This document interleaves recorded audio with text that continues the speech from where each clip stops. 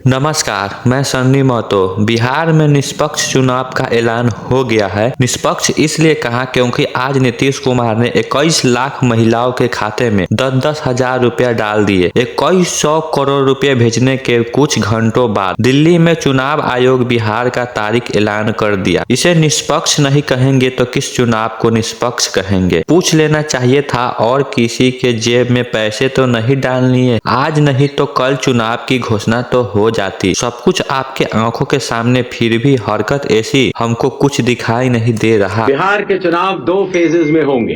पहले फेज के date gazette notification 10 तारीख को आएगा, दूसरे का 13 को। Last date of making nominations पहले फेज की 17 को होगी, दूसरे की 20 को। स्क्रूटनी 18 और 21।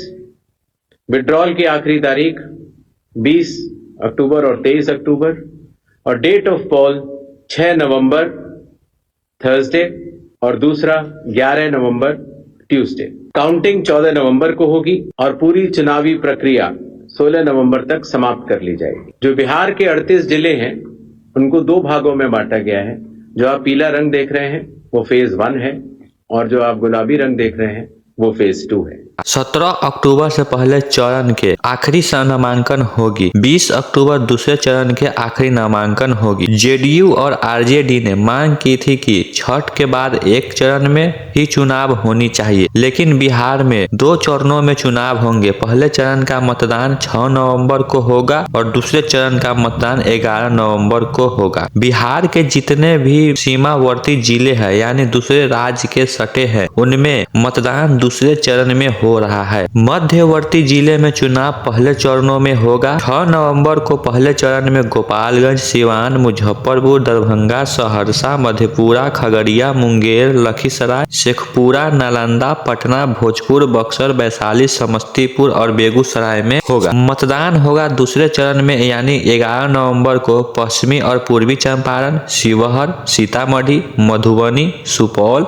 अररिया, किशनगंज, पूर्णिया, कटिहार, भागलपुर, बांका, जमुई, नवादा, गया, औरंगाबाद, जहानाबाद, अरवल, रोहतास और कैमूर में मतदान होगा। अब शुरू होगा सबकी किस्मत बदलने का ऐलान। लगेगा बड़े बड़े सपने का पोस्टर। बिहार की सच्चाई न दिखे इसके लिए मोदी मीडिया के स्टूडियो में बिहार के नाम पर आएंगे। 2 से 4 प्रकार के नेताजी, उनकी बातों में बिहार झलकेगा और दिखाई देगा। जो असली बिहार है उसे गायब कर दिया जाएगा। 3 महीने में चुनाव आयोग को एक भी घुसपैठिया नहीं मिला, वरना चुनाव आयोग के सूत्रों ने माहौल बनाने के बहुत कोशिश की। पूर्णिया के सभा में प्रधानमंत्री मोदी की किस घुसपैठियों को रोकने की बात कर रहे थे, वो तो मिला ही नहीं। मैं बताता हूँ बिहार में कौन है घुसपैठिया। वह गरीब है जो इस ट्रक के छत पर बैठकर काम पर जा रहा है। बिहार में पुल तो बहुत सड़कें बने, लेकिन इन जैसे मेहनती बिहारियों को किस्मत नहीं बदले। यह आदमी कहाँ काम करने जा रहा है, कितना कमाता होगा, जानने की कोशिश कौन करेगा? आपको पुल और फ्लाई ओवर दिखाया जाएगा, उसके ऊपर लगे sign board boring road, Sardar Patel भवन और एयरपोर्ट जाने का रास्ता बता रहे हैं। बिहार का सरकारी आंकड़ा है कि 94 लाख परिवार एक महीने में 6000 ही कमा पाता है। उस बिहार में विकास फ्लाई ओवर बनकर सबको पार करा रहा है। ऐसी फ्लाई ओवर के नीचे मकानों को देखिए, इन छतों के हालात बता रही है। फ्लाई ओवर के बन जाने से लोगों की कमाई नहीं बढ़ जाती, इनकी हालात बता रही है वे जहां थे आज भी वहीं है। बिहार में अगर कोई घुसपैठिया है तो उसकी गरीबी है, जिसे निकालने में 20 साल में नीतीश कुमार भी नाकाम रहे और नरेंद्र मोदी भी 11 सालों में असफल रहे। पटना में बने तमाम फ्लाई ओवर के नीचे जाके देखिए, भयंकर गरीबी अपना विस्तार लगा के सोती है। सोने के बाद यहीं पर चाय बेचती है, यहीं पर नाश्ता करती है। यह छोटी बात नहीं है। फ्लाई ओवर की सुंदरता के नाम पर इन गरीबों को उजाड़ा नहीं जाता है, वरना किसी लंदन से लौटे किसी बिहारी एनआरआई को सौंदर्य पौधे बोध के नाम पर इन गरीबों को पुलिस दिन रात खदेड़ती रहती है। बिहार में 94 लाख परिवार गरीब माने जाते हैं। एसआईआर के प्रेस नोट में भी घुसपैठिया के बारे में खबर नहीं दी गई। जब बिहार के प्रेस कॉन्फ्रेंस में दैनिक भास्कर के ब्रिज किशोर किशोर दुबे और इंडिया टुडे के कुछ मित्र ने सवाल कर दिया तो मुख्य चुनाव आयोग ने सवाल को ही नजरअंदाज कर दिया। घुसपैठ के घुसे सवाल को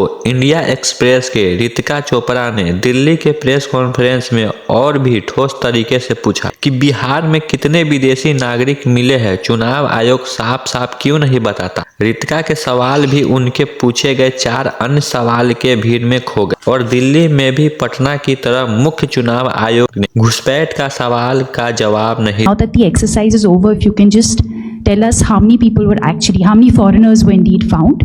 मेरा नाम पुष्यमित्र है, मैं इंडिया टुडे से हूँ। मैं ये जानने में मतलब मेरी रुचि रही जब फाइनल ड्राफ्ट रोल आ गया कि क्या बिहार में एसआईआर के बाद कुछ विदेशी नागरिक ऐसे मिले जिन्होंने अपना वोटर आईडी बना रखा था, लेकिन मुझे ये जानकारी किसी भी प्रेस रिलीज में नहीं मिली, पूछने पर भी नहीं मिली। क्या कुछ विदेशी नागरिक मिले हैं? क्योंकि ये बड़ा मुद्दा बिहार के चुनाव में बनता नज़र आ रहा है। ख़ास तौर पर बड़े नेता आके यहाँ कहते हैं कि घुसपैठियों को हटाने के लिए एसआईआर किया गया है। तो 2 सवाल हैं, क्या घुसपैठियों को हटाने के लिए एसआईआर हुआ था और क्या घुसपैठिए मिले? ब्रजकिशोर दुबे, दैनिक भास्कर से। सर, हमारा ये 2 पॉइंट पर सवाल है कि एसआईआर के दौरान विदेशी मतदाता कितने मिले बिहार में। दूसरा सवाल है सर कि इसमें कि कब तक और कितने लोगों को वोटर कार्ड जारी किया जाएगा। घुसपैठ के नाम पर बिहार में ध्रुवीकरण की भयंकर तैयारी थी। एक समुदाय के आबादी का भूत खड़ा किया जाने वाला था। बिहार के लोगों को ही बांग्लादेश का बताया जाता, लेकिन सब फेल हो गया। इसलिए हुआ क्योंकि विपक्ष बहुत सतर्क था, एसआईआर पर नजर रखने लगा। अगर मुख्य चुनाव आयोग कह दे कि घुसपैठिया नहीं मिला तो क्या हो जाता। यह बहुत दिलचस्प सवाल है। यह कि उनके जवाब के साथ प्रधानमंत्री मोदी का भाषण चलाया जाता और कहा जाता कि देखिए 11 साल तक प्रधानमंत्री रहने के बाद घुसपैठ के नाम पर झूठ बोल रहे हैं। शायद इसलिए ज्ञानेश कुमार घुसपैठ के सवाल को टाल दिए, चुप रह गए। आज पूर्णिया की इस धरती से मैं इन लोगों को एक बात अच्छी तरह समझाना चाहता हूं। ये आरजेडी कांग्रेस वालों की जमात, जरा कान खोल के मेरे बात सुन लो। जो भी घुसपैठिया है उसे बाहर जाना ही होगा। घुसपैठ पर ताला लगाना एनडीए की पक्की जिम्मेदारी है। जो नेता बचाव में खड़े हैं, जो घुसपैठियों को बचाने के लिए मैदान में आ जाए, मैं जरा उनको चुनौती देता हूं। आप घुसपैठियों को बचाने में चाहे जितना जोर लगा लें, आप घुसपैठियों को हटाने के संकल्प पर काम करते रहेंगे। जो लोग घुसपैठियों की ढाल बनते हैं वो सुन ले, भारत में भारत का कानून चलेगा, घुसपैठियों की मनमानी नहीं चलेगी। ये मोदी की गारंटी है। यह पहला चुनाव है जब घुसपैठ का मुद्दा चुनाव होने से पहले खत्म हो गया, लेकिन आप नहीं कह सकते प्रधानमंत्री मोदी घुसपैठ पर बोलना बंद कर दे। बिहार में मुसलमानों के प्रति नफरत फैलाकर वोट लेने का तरीका कुछ फेल हो रहा है, तभी तो बिहार के युवाओं को जेब में पैसे डाले जा रहे हैं। महिलाओं के खाते में 2100 करोड़ 6 अक्टूबर को ही दिए गए और चुनाव का ऐलान भी आज ही किए गए, यानी 6 अक्टूबर को ही। चुनाव आयोग ने प्रेस कॉन्फ्रेंस किया और प्रेस कॉन्फ्रेंस में हम देख पा रहे थे काजू पिस्ता बादाम सब कुछ रखा था, पर मुद्दे की बात बाहर निकल करके नहीं आई। सवाल कई पत्रकारों ने पूछे भी थे कि बिहार में घुसपैठियों का जिक्र बड़े बड़े नेता आकर के कर रहे हैं, कितने घुसपैठिए मिले।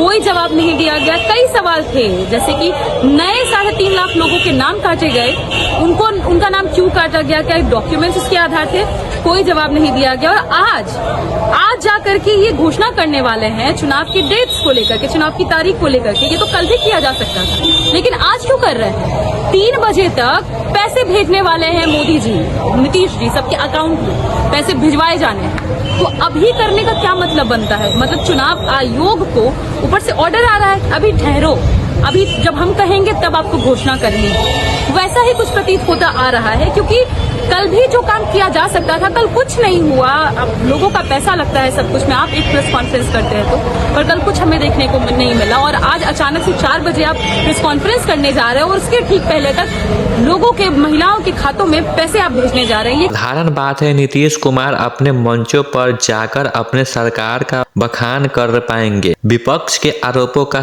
खुद जवाब देंगे। बिहार का जनता इस बार 2 सवाल की बात नहीं जानती। क्या नीतीश कुमार ही मुख्यमंत्री बनेंगे? दूसरा, उसकी बीजेपी जेडीयू गठबंधन कर दूसरा सीएम आ जाएगा, तब क्या होगा? कहीं बिहार में महाराष्ट्र को दोहराया तो नहीं जाएगा? इसी तरह बीजेपी महाराष्ट्र के चुनाव में लेकिन रिजल्ट आया तो शिंदे सीएम से डिप्टी सीएम हो गए। इस तरह से नीतीश कुमार को प्रधानमंत्री के कार्यक्रम में क्या जरूरत थी? क्या नीतीश कुमार की सेहत ठीक है? उड़ीसा में तो प्रधानमंत्री मोदी पटना में हेल्थ सेक्टर कमेटी बनाने की बात कर रहे। क्या नीतीश कुमार ठीक है? नीतीश कुमार खुद नहीं बोल रहे। क्या वह इस बार पुतला बन के रह गया है? उनका इंटरव्यू कहीं नहीं चलता, न कहीं प्रेस कॉन्फ्रेंस चलता, सिर्फ पैसा भेजते हुए रिमोट दबाते हुए दिखते हैं। कोई दावे से नहीं बोल रहा। नीतीश कुमार हाथ जोड़कर ऐसे बैठे शपथ ले रहे हैं या नहीं? नीतीश कुमार का यह बड़ा चुनाव है। 20 साल के काम के बारे में बता सकते थे। इतने लंबा मौका मिला, फिर भी बिहार इतना पीछे कैसे रह गया? आप लाख चाहे सड़कें बना ले, मेट्रो चला ले, बिहार में हर तरह गरीबी ही गरीबी दिखाई देती है। क्या आप जानते हैं बिहार में पैदल चलने वालों की आबादी कितनी है? आप एनआरआई के मुताबिक बिहार में पैदल चलने वाले की आबादी 94 लाख फीसदी है, जो कि बिहार सरकार इसे छुपा रही है। यहाँ तक नीतीश कुमार चुनाव आयोग से इंटरव्यू प्रेस करने तक की बातें नहीं बता रही है क्या? नमस्कार, मैं सन्नी महतो। दोस्तों, लास्ट में मैं आपसे यही बोलूंगा, इस तरह की वीडियो को देखने के लिए चैनल को सब्सक्राइब करें और अपने दोस्तों में शेयर जरूर करें। धन्यवाद।